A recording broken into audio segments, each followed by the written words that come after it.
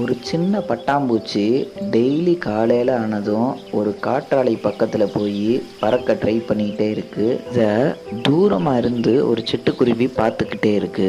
இந்த காற்றாலையோட காற்று அதிகமாக வீசுறதுனால இந்த பட்டாம்பூச்சியால் பறக்க முடியாமல் டெய்லி கீழே விழுந்துடுது. இதை தினமும் கவனிச்சுக்கிட்டே இருந்த ஒரு சிட்டுக்குருவி இந்த பட்டாம்பூச்சிட்ட போய் கேட்க வருது, உன்னால தான் அந்த காற்றாலை பக்கத்தில் போய் பறக்கவே முடியலை, அப்புறம் எதுக்கு தினம் தினம் போய் ட்ரை பண்ணிட்டு தோத்து போய்கிட்டே இருக்க?